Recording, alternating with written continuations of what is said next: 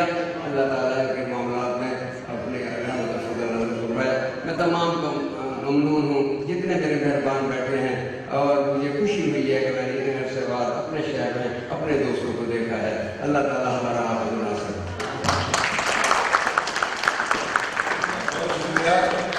جناب انجینئر عبدالحکیم ملک صاحب، میں دعا کے لیے جناب مفتی ابو عاصم پرنسپل دار الحدیث مظفر گڑھ اور ساتھ میں کاشم قریشی صاحب سے درخواست کروں کہ وہ بھی آ جائیں اور ووٹ آف تھینکس کے لیے دعا کے لیے مفتی ابو عاصم پرنسپل دار الحدیث مظفر گڑھ.